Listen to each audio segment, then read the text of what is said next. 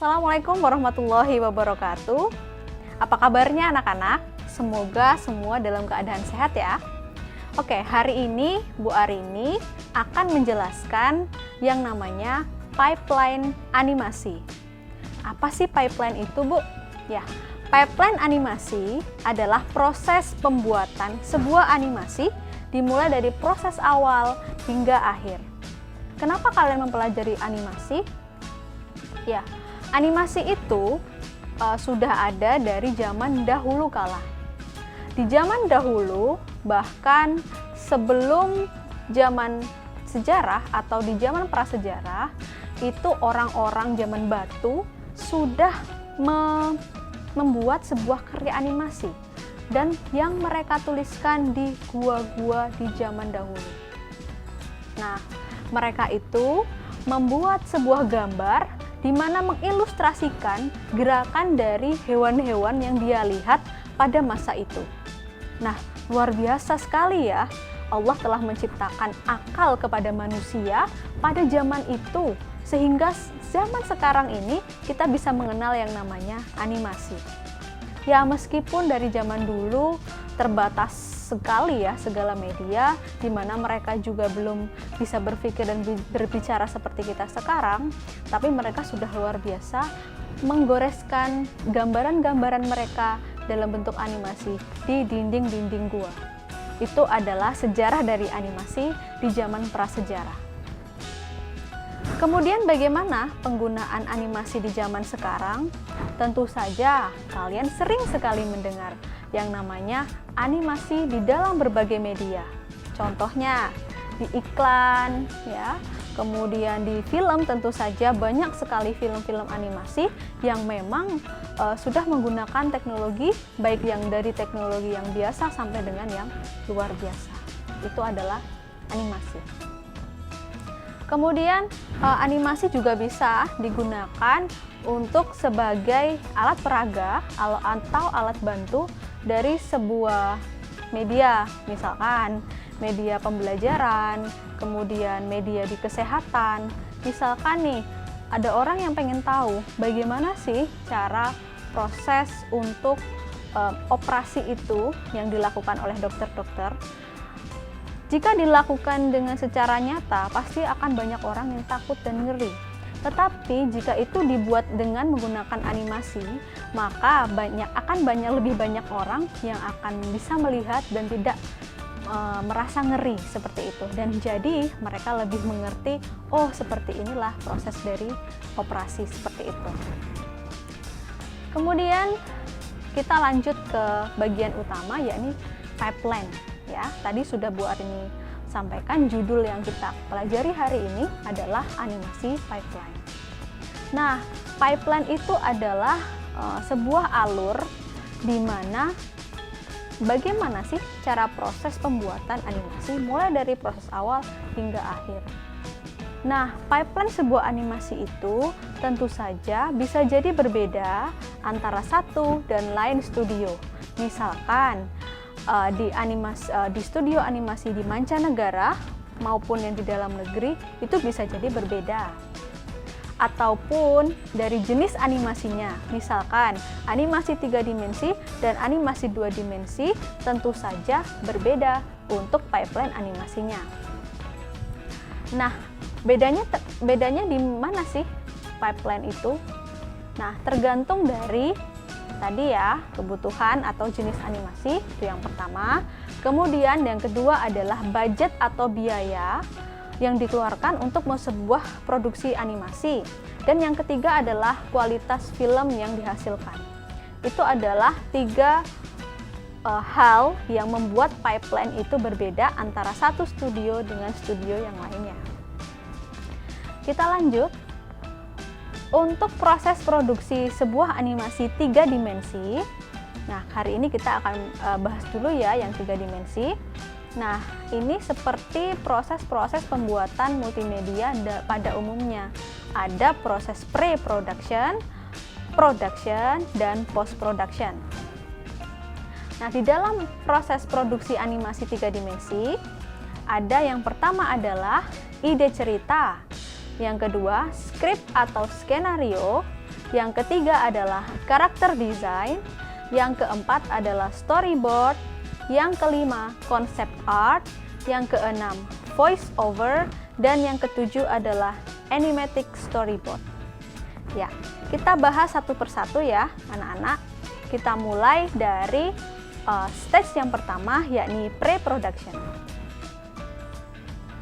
Pre-production yang pertama, yakni ide cerita dan skrip.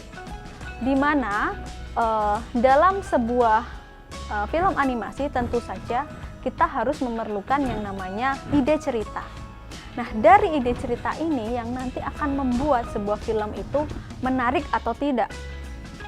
Nah, tentu saja ketika kita misalkan salah satu contoh animasi yang ada di mancanegara, banyak sekali ya anak-anak. Saya ambil contoh adalah animasi Frozen. Animasi Frozen itu adalah salah satu animasi yang sangat menarik sekali ide ceritanya menurut saya. Karena berbeda dengan konsep cerita princess-princess pada umumnya di Disney yang menonjolkan kesan percintaan, tetapi di dalam film Frozen ini mengutamakan bahwa cinta sejati adalah cinta sesama saudara kandung. Nah, ini yang menarik nih. Nah, dan ada banyak sekali cerita-cerita ide yang memang banyak di luar sana yang sangat-sangat menarik ya, terutama Disney dan DreamWorks dan lain sebagainya. Itu mereka punya ide cerita yang sangat kuat. Nah, bagus tidaknya dari sebuah animasi itu berangkat dari ide cerita itu sendiri. Jadi, kita harus punya ide cerita yang lain daripada yang lain dan menarik, yang nantinya ketika orang melihat itu pertama ada rasa penasaran dulu sehingga mereka mau untuk menonton film animasi kita. Oke. Yang kedua adalah kita membuat breakdown berdasarkan skrip ya, ide cerita atau skrip yang sudah dibuat itu di breakdown-kan. Jadi misalkan ada aset-aset tertentu yang harus dibuat, mungkin ada alat peraga ataupun karakter seperti apa. Nah, itu nanti di breakdown di pre-production. Kemudian di sana nanti ada yang namanya storyboard. Ya, nanti di storyboard itu digambarkan bagaimana alur cerita itu berjalan. Yang selanjutnya yakni mendesain karakter atau konsep art. Jadi di dalam sebuah animasi tentu saja sangat penting untuk mendesain karakter. Di mana karakter itu adalah aktor utama atau center of interest dari para penonton nantinya. Karakter itu harus bisa menggambarkan dari ciri khas dari satu cerita tersebut, gitu ya. Misalkan di dalam proses desain, misalkan tadi ya, seperti yang Bu Arini pernah contohkan tadi ya, Frozen. Nah, bagaimana princess itu? Misalkan princess itu nanti si Elsa itu nanti seperti apa looknya? Oh, dia itu seorang princess yang memiliki badan yang kecil, kemudian menggunakan dress yang sangat bagus, menggunakan warna dasar biru, kemudian rambut dia yang putih, gitu kan? Nah, bagaimana dengan saudaranya, gitu kan? Saudaranya si Anna ini, Princess Anna. Oh, ternyata dia beda dengan kakaknya, di mana rambut dia itu rambut coklat, seperti itu. Dan kenapa Elsa berbeda ya? Tadi seperti ide cerita di awal, oh ternyata si Elsa ini punya sebuah kekuatan ya, yang memberi kekuatan es ya, yang dia bisa mengubah es atau menghasilkan es di kekuatannya, sehingga kenapa rambutnya putih karena kekuatan itu. Nah, itu di situ didesain karakternya seperti apa, looknya Elsa seperti apa, ekspresi mukanya seperti apa, bagaimana kalau Elsa itu bersedih, bagaimana Elsa tertawa dan lain sebagainya, itu di sini didesain seperti itu. Di samping karakter juga kita mendesain yang namanya background, di mana nanti karakter itu akan berjalan atau akan menjadi background nantinya akan di sebuah adegan. Misalnya contoh di Frozen tadi, karena di Frozen adalah settingnya di kerajaan salah satunya, jadi kita harus mendesain bagaimana kerajaan itu. Kita mengadopsi karena di Frozen itu settingnya adalah di Skotlandia kalau nggak salah ya, di Eropa. Jadi ya kerajaannya menyesuaikan, kerajaan seperti Eropa itu seperti apa, seperti itu. Oke, next adalah membuat storyboard. Nah, storyboard itu adalah merupakan coretan garis besar dari film yang terdiri atas yang pertama adalah scene, yang kedua adalah pergerakan kamera, dan yang ketiga adalah spesifik pergerakan kasar dari karakter. Nah, di sini ini yang sangat penting karena nanti di bagian animate atau menggerakkan karakternya itu berdasarkan dari storyboard ini. Jadi storyboard harus dibuat secara jelas supaya nanti orang-orang animate atau yang membuat animasinya atau menggerakkan objeknya itu jelas. Seperti itu. Kemudian yang selanjutnya adalah voice over. Nah, voice over ini adalah pengisian suara dari karakter tersebut. Nah, kenapa voice over itu diletakkan di bagian depan ya? Kok nggak di belakang sih, Bu? Nah, karena kita menggerakkan mulut dari karakter itu berdasarkan dengan voice over yang sudah dibuat. Jadi bukan kita menggerakkan dulu baru voice over, itu terbalik ya. Jadi voice over dulu baru gerakannya itu dibuat, seperti itu. Kemudian ada animatic storyboard. Nah, animatic storyboard adalah yang dari storyboard yang sudah dibuat itu dibuat video. Jadi pergerakan objeknya itu lebih jelas lagi. Karena kalau di storyboard itu kan hanya gambar berhenti ya, gambar diam. Tapi kalau di animatic itu adalah digerakkan secara sederhana. Seperti itu. Nah, kita sudah habis di proses preproduksi, kemudian kita lanjut ke proses produksi. Nah, di proses produksi itu ada modeling karakter yang pertama, yang kedua adalah modeling props, yang ketiga rigging, layouting, animating, simulation and effect, shading and lighting. Nah, kita yang pertama dulu adalah modeling karakter atau props. Nah, tadi kan kita sudah membuat konsep art nih, konsep karakternya seperti apa. Nah, di dalam proses produksi adalah memberikan modelingnya atau kita membuat patungnya lah, bisa dibilang ya. Jadi membuat model 3 dimensi dari konsep art yang sudah dibuat.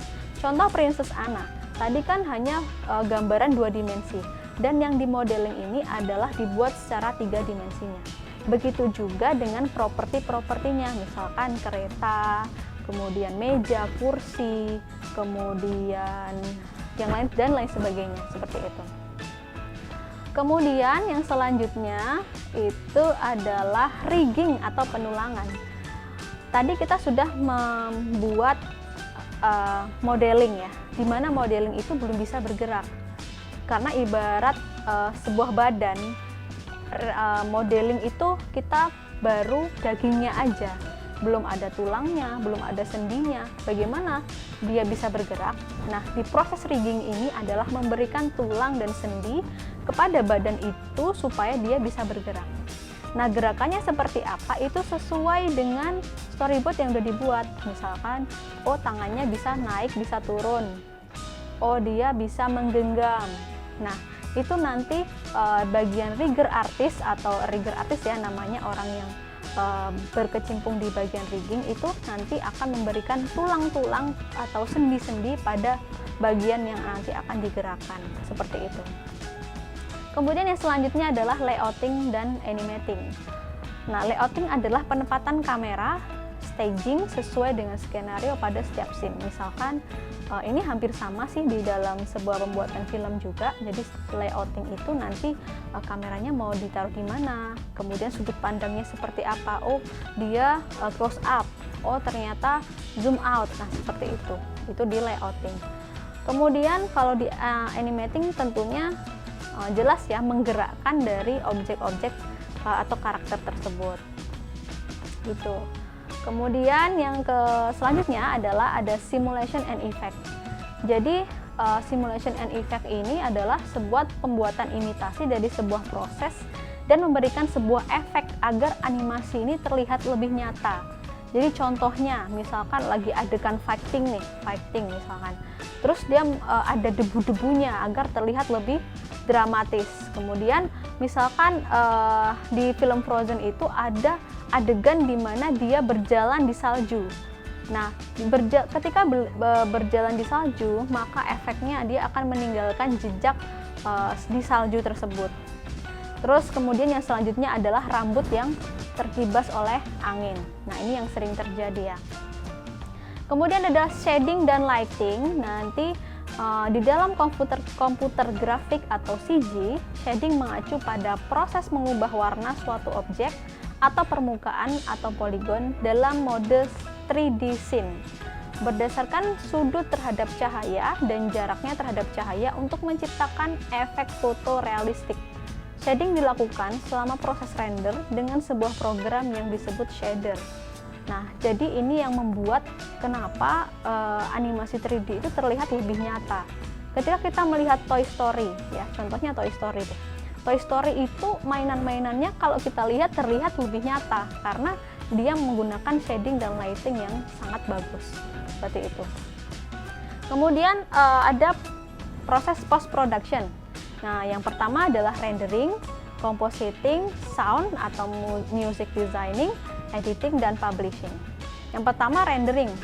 Rendering adalah membangun gambar dari sebuah model atau model secara kolektif yang dapat disebut dengan berkas adegan melalui program komputer. Jadi yang kita sudah lakukan tadi, dari mulai modeling, kemudian animating, dan lain sebagainya, itu dirender, dibuat menjadi sebuah tayangan yang bisa dilihat oleh orang banyak, seperti itu. Nah, proses render ini adalah proses yang memang sangat penting dalam pembuatan sebuah animasi. Tapi juga membutuhkan banyak waktu ya anak-anak. Jadi contohnya aja di dalam Monster University, tahu kan ya, Monster University itu adalah serial lanjutan dari Monster Inc. Nah, di dalam Monster University itu 1 detiknya adalah memerlukan 25 frame. Sedangkan 1 frame memerlukan waktu 29 jam untuk render. Dan 1 detiknya berarti dia memerlukan waktu 725 jam. Jadi kurang lebih 30 hari untuk 1 detik adegan. Nah, bisa kalian bayangkan ya. Karena memang Monster University itu, kalau kalian udah pernah nonton ya, kalian lihat ya, gerakannya itu sangat smooth sekali gitu. Dan semakin smooth sebuah gerakan, semakin bagus sebuah kualitas animasi, tentu saja untuk proses render itu akan semakin lama, kayak gitu. Tapi itu sebanding ya dengan kualitas yang dihasilkan. Nah, di dalam sebuah proses render itu ada yang dikenal dengan nama render farm.